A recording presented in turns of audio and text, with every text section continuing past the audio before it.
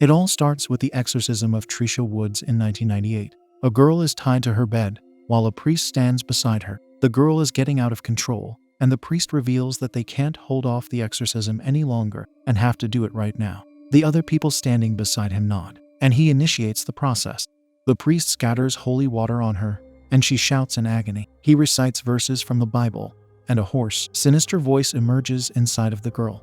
The following clips show her standing on her bed over the priest, and the last shows the same girl crawling on the kitchen floor. A car is on the road, being driven by a group of girls, journeying through trees and shrubs. After a never-ending trip, they finally reach an old deserted house. They keep walking in the vicinity, laughing and cheering.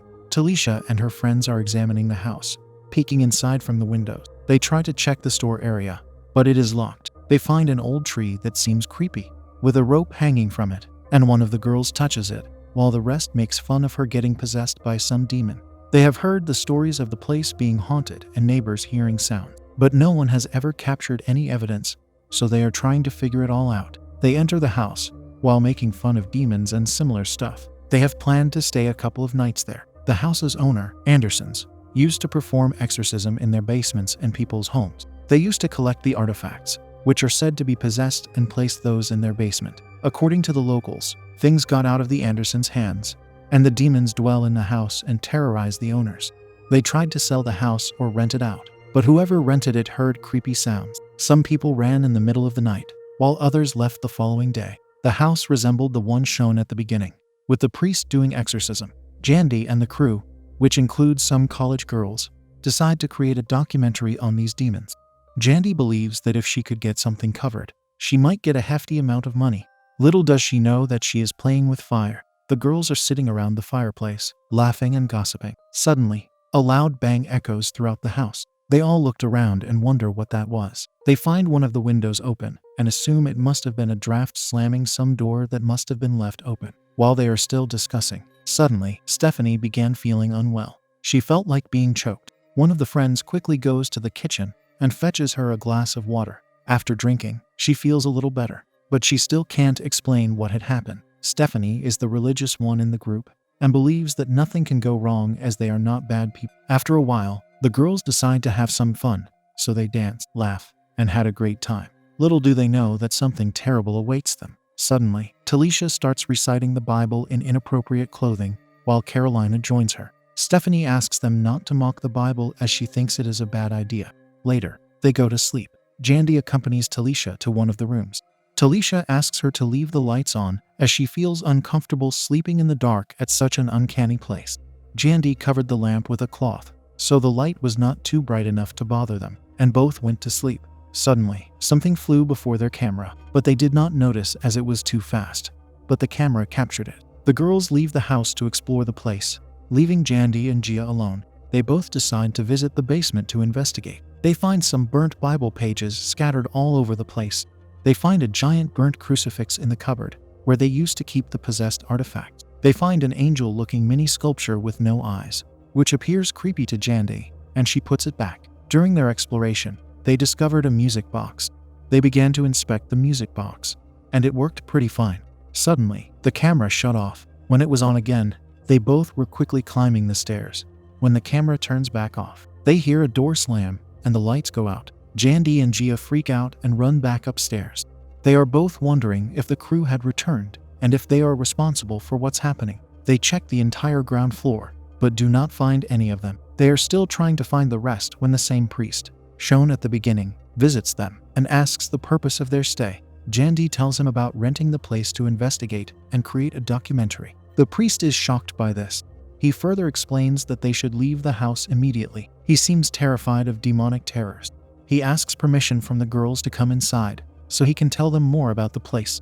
They inform him they are staying in the place for only 3 nights, and do not plan to stay there longer than that. He tells them that he used to help the Andersons with exorcisms, and has performed many in their basement. He seems shaken to the core just by being present inside the haunted house. Sweat drops cover his forehead as he talks to them, but he does not tell them more details. Instead, he insists on leaving the place. Jandy tells him that they have already visited the basement. The priest becomes more uneasy and asks for the water. Once again, he warns them about the place being unsafe for anyone. Then he leaves.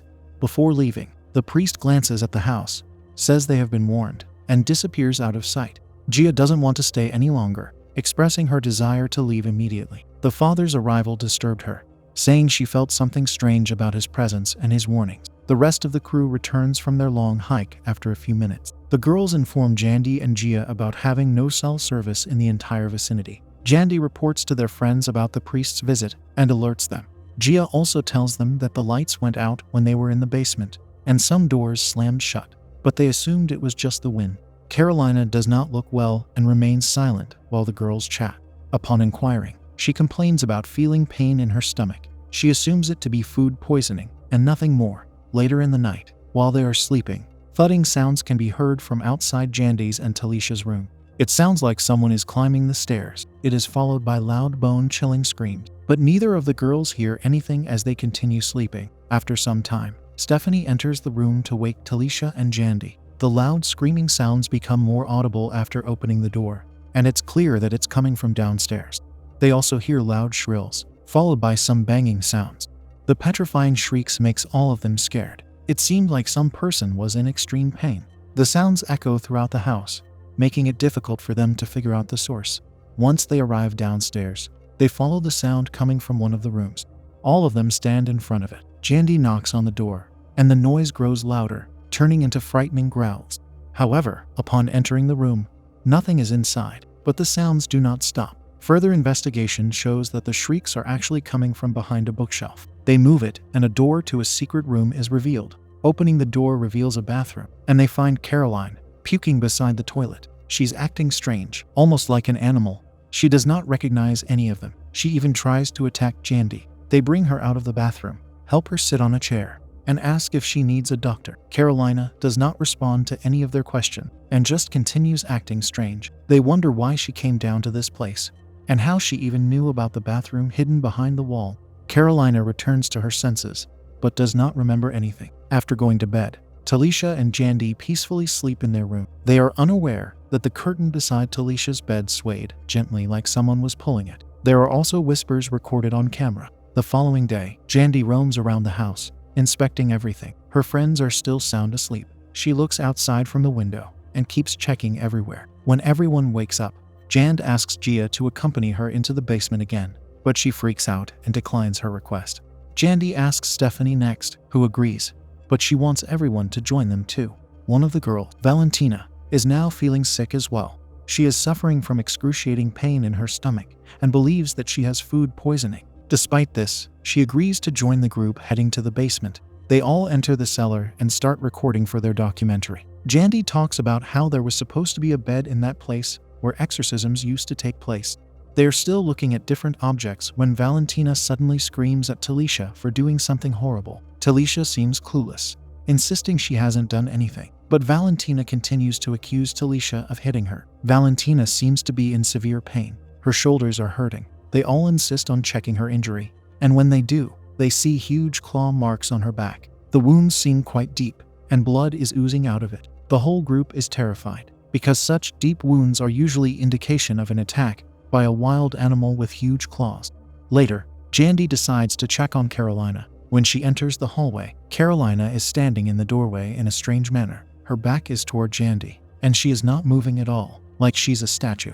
Jandy keeps on calling her name, but she doesn't respond. When Jandy touches her, she turns around and closes the door shut. But what Jandy witnesses is enough to cause chills to run down her spine. Carolina's mouth is bleeding, and her eyes turned black. Jandy is confident that it's time to take her to a hospital immediately. Jandy turns around and immediately climbs down the stairs. However, on her way down, she hears whispers from the room with the hidden bathroom. When she checks the room, Stephanie is crying, holding the Bible, and chanting. Jandy forgets about Carolina and asks her if she is okay, but she doesn't reply and continues crying. Jandy calls Gia up, and they both calm her down. She finally stops crying. Jandy confesses, on camera, that she fears for her and her friend's life. After a while, she goes to Valentina's room. She knocks on the door, and it swings open. Jandy confesses about wanting to leave the place. She finds her lying on the bed, straight. She tells her that Carolina doesn't look good, and she wants to leave in the morning. But Valentina does not respond. Instead, an eerie demonic smile spreads across her lips. A ghastly, deep voice can be heard from her. But Jandy doesn't seem to think it's a big deal. She believes this is just due to her sickness. Jandy reveals Carolina's sickness to her, but Valentina doesn't listen, and instead asks her to leave. Her voice keeps changing as she speaks. Jandy leaves the room and stands beside the door, crying. Later that night, while they are all sleeping, Jandy shares a room with Talisha, and there's a loud thud, but they don't hear it. Then, the sound of a door swinging open is heard, in addition to the sound of someone walking. In the same instance, something terrorizes Talisha, and her screams echo throughout the room. This wakes Jandy up from her sleep. Talisha claims that something had touched her, but there was nobody else in the house.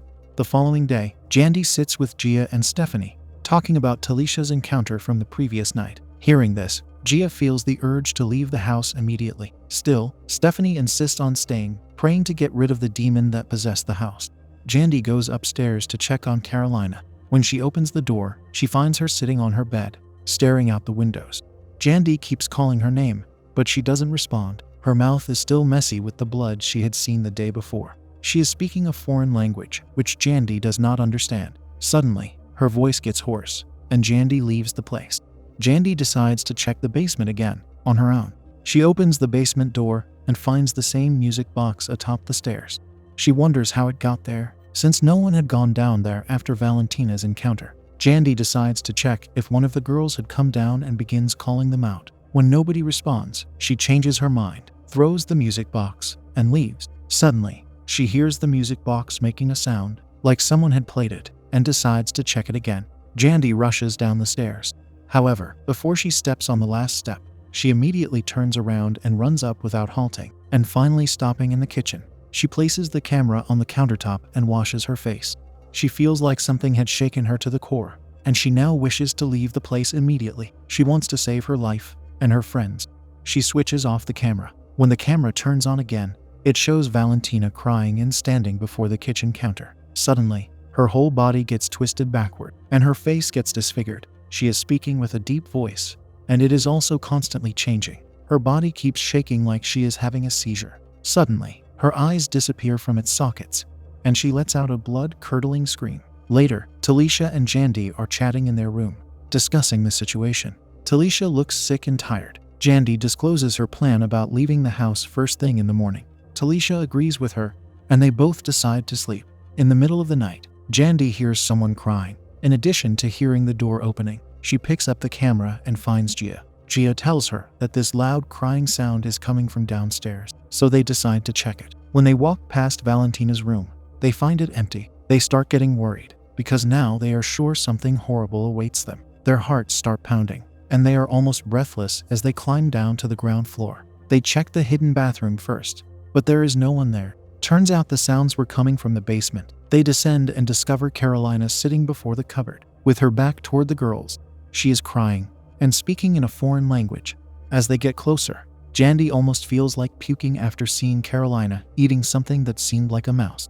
Her hands are all bloody, and her eyes are completely dark, without any eyeballs. They both run upstairs to get Valentina, Stephanie, and Talisha. However, Stephanie's deceased body awaits them in the bathtub, while a possessed Valentina with a demonic smile and the same dark blank eyes sits beside her, smiling, with blood dripping from her mouth. They go upstairs to find Talisha, only to see her in the same situation. No eyeballs in her eye sockets and blood is dripping from her mouth. Gia and Jandy run out of the house, trying to go as far as possible. After running for a few seconds, Jandy hears Gia from far away, asking Jandy to stop and take her along. When Jandy turns around, she can't find her anywhere. When she raced back toward the house, she found Gia in the same situation as the rest, in front of the house. When Jandy gets closer, she realizes that Gia has already been possessed, since her mouth is dripping blood and her eyes are dark and hollow. With a fearful cry, Jandy runs away from her, breathless, and finally falls to the ground a few meters from the door. Her camera drops from her hand, but it still keeps recording everything. After Jandy passes out in front of the house, the same priest who warned them before arrives. He picks up the camera and switches it off. Turns out, Jandy was the only survivor among the group. She eventually lost her mind and got admitted to a psychiatric ward in New York City. There was no news regarding the rest of the group and what happened to them later. Those who handed the camera to the authorities experienced brutal accidents and perished eventually. At the same time, Jandy remained in the hospital for a long time.